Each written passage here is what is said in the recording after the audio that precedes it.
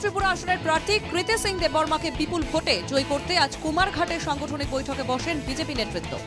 বৈঠকের পর বিজেপির রাজ্য সাধারণ সম্পাদক ভগবান দাস বলেন, পশ্চিম ত্রিপুরা আসনে বিপ্লব দেবের জয় নিয়ে নিশ্চিত বিজেপি।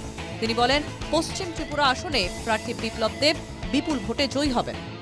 19 তারিখে আমাদের পশ্চিম ত্রিপুরা লোকসভা আসনে নির্বাচন হয়ে গিয়েছে এবং ইভিএম বন্দী হয়ে গিয়েছে এবং সঙ্গে সঙ্গে তাও আমরা বলতে পারি জনগণের যে উল্লাস উচ্ছ্বাস ছিল এবং ভোটের যে পার্সেন্টেজ রয়েছে, আমাদের যিনি প্রার্থী ছিলেন এই রাজ্যের প্রাক্তন মুখ্যমন্ত্রী বিপ্লব কুমার দেবজি, উনি বিশাল ভোটের ব্যবধানে ওনার জয় হবে এবং জনতা জনার্দন ওনারা রায় দিয়েছেন, এটা আমাদের বিশ্বাস রয়েছে।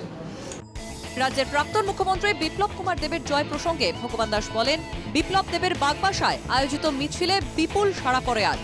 বিশেষ করে বাবুরবাজারে আয়োজিত মিছিলকে তিনি ঐতিহাসিক বলে বর্ণনা করেন।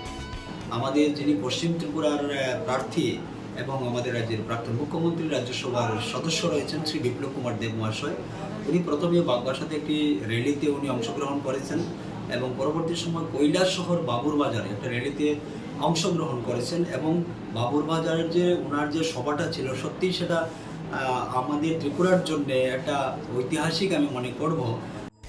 ভগবান দাস বলেন, বাবুরবাজারে ধর্মীয় সংখ্যালঘুদের মধ্যে যে সাড়া দেখা গিয়েছে তাতে বোঝা যাচ্ছে সংখ্যালঘুরা এবারের বিজেপিকেই ভোট দেবেন। যে এখানকার যারা সংখ্যালঘু ধর্মীয় সংখ্যালঘু মুসলিম সম্প্রদায়ের যারা রয়েছেন, একদম পুরোটাই 90% আমাদের সংখ্যালঘু সম্প্রদায়ের লোক ছিলেন এবং তাদের মধ্যে যে একটা উল্লাস আমরা দেখেছি এবং মোদিজির প্রতি, বিপ্লব দার প্রতি, বিজেপির প্রতি ওনাদের যে একটা আমরা লক্ষ্য করেছি যে সত্যিই এবার মাইনরিটি সমাজ সম্প্রদায় বিজেপিকে ভোটদান করবেন, এটা নিশ্চিত। 26শে এপ্রিল ত্রিপুরার দ্বিতীয় দফায় অনুষ্ঠিত হবে পূর্ব ত্রিপুরা আসনের ভোট। পশ্চিম ত্রিপুরার ভোট পর্ব মিটতেই পূর্ব ত্রিপুরার দিকে বাড়তি নজর দিয়েছে বিজেপি। কুমারঘাট থেকে জনি ভট্টাচার্যের রিপোর্ট, এনকেটিভি বাংলা।